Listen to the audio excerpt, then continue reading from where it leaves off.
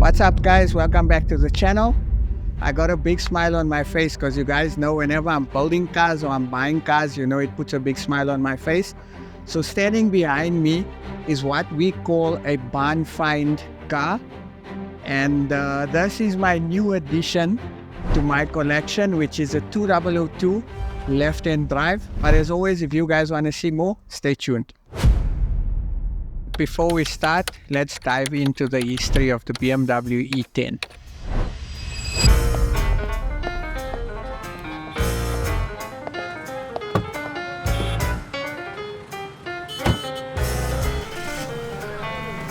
Now, the BMW E10 1600 was powered by a 1.6 liter inline 4 engine producing around 85 horsepower.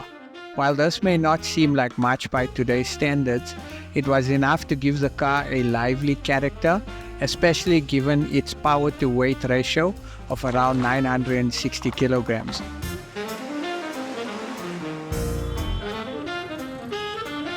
Its well-tuned suspension and excellent handling made the 1600 a joy to drive, and it quickly gained a reputation as a nimble and fun compact sports sedan.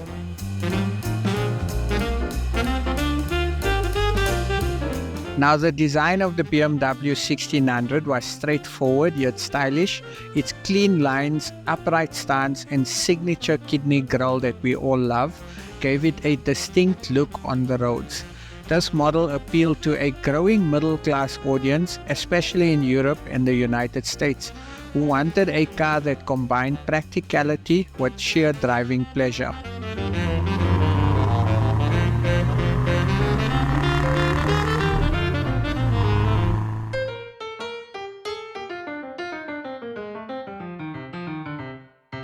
Now, the success of the BMW 1600 directly paved the way for one of the brand's most iconic cars, the BMW 2002.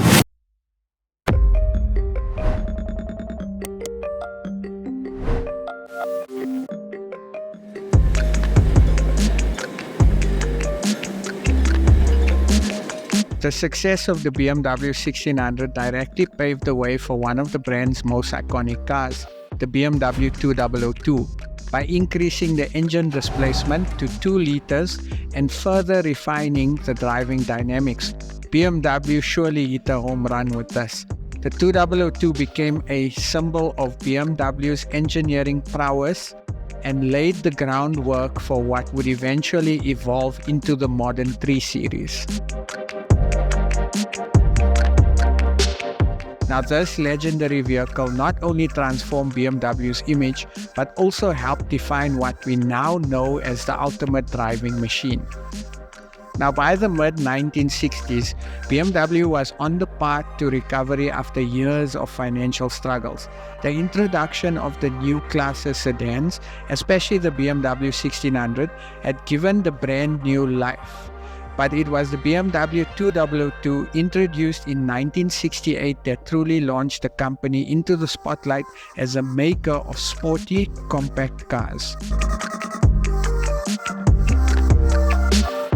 The idea for the 2002 came from within BMW itself. 2 BMW engineers, Helmut and Alex, had each privately modified their own 1600 sedans by installing a 2-liter engine.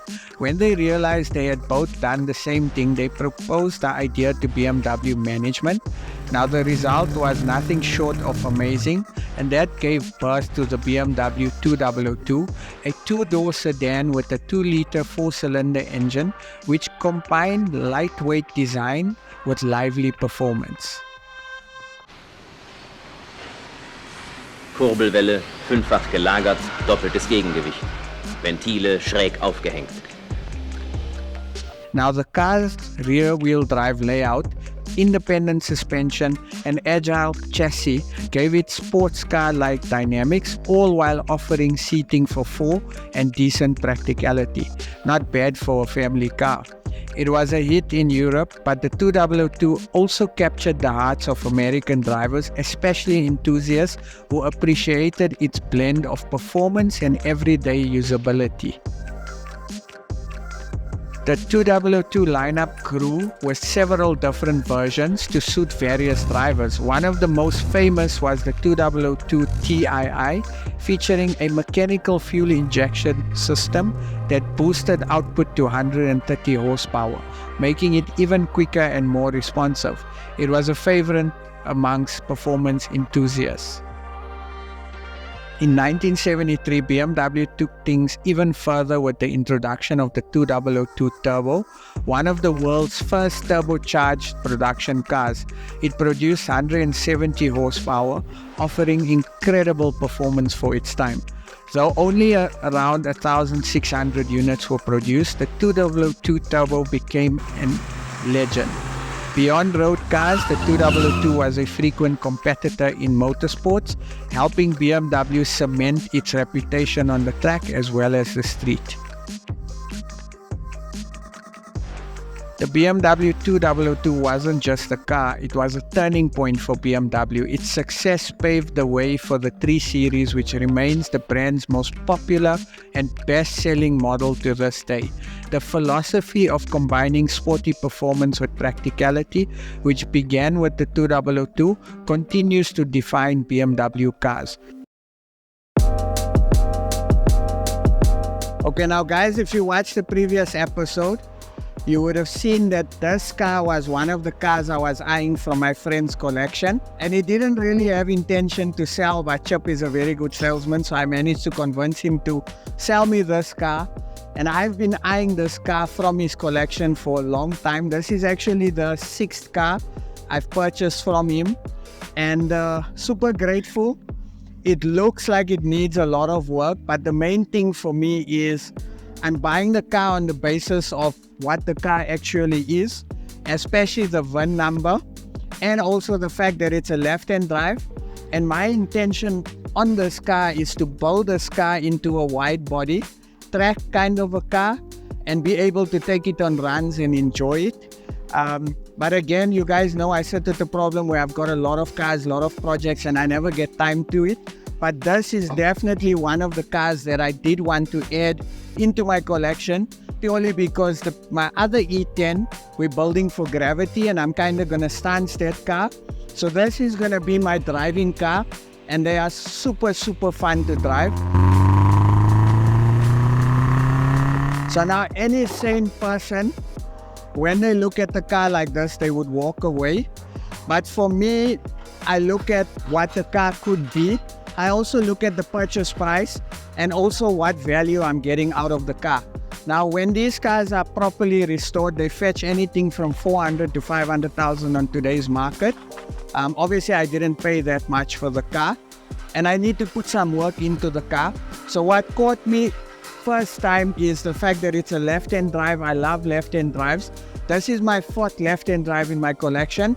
And the fact that the tag says BMW 222.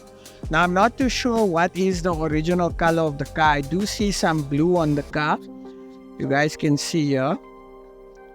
So I'm not sure if this is the original color, but my plan is to paint the car Inca orange, which is my favorite 222 color. Wide body kit, nice set of coilovers, Alpina wheels, 16-inch, and drive the car. The nice thing as well is the car is fairly complete. The car did have the beadings deleted, which is cool if you're going to do a wide body car. If you are building a car non-wide body, then your beadings are not necessarily required. So I'm happy I'm not going to be doing beadings on this car. What I will tell you is this car definitely needs a lot of work, but it is mostly complete. An area of concern is that the backboard is actually cut, but we'll be able to build the backboard up again. And because it's kind of going to be like a track car, I'm definitely going to be doing a strut brace at the back. Now, for me, my favorite part on a 222 is the rear end.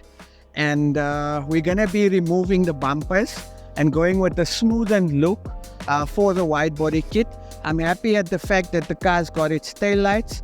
It's also got a lot of its parts in the boot. So that's a positive, and that's also one of the factors as to why I decided to buy this car. Now, according to my friend, the car was running. It's not running anymore. The prop shaft is there. The CV is popped out as well, but that's not a train smash. That's mechanical stuff we can fix. The sills are missing, but I'm actually going to fabricate a nice custom sill here with the wide body kit, so I'm not too worried. The main thing is the car's got papers, it's got its original motor in it, and it's left-hand drive. That's your most important key factors when purchasing a car like this, especially for the type of restoration. I think the guys call it a Resto-mod. So we might keep the original motor, or I might put a E36 M3 motor in the car or something more modern to make the car a bit faster, because your power to weight ratio will be insane, guys. But super happy with the purchase. Happy with also the original factory glass. Now Mo's got another donor car as a 2002, so he's going to be giving me the front and the rear windscreen from that car, and whatever other parts that is needed for the car. So super excited. What do you guys think? What do you think the plan should be for this car? Should I build it as a track car, fun car to drive?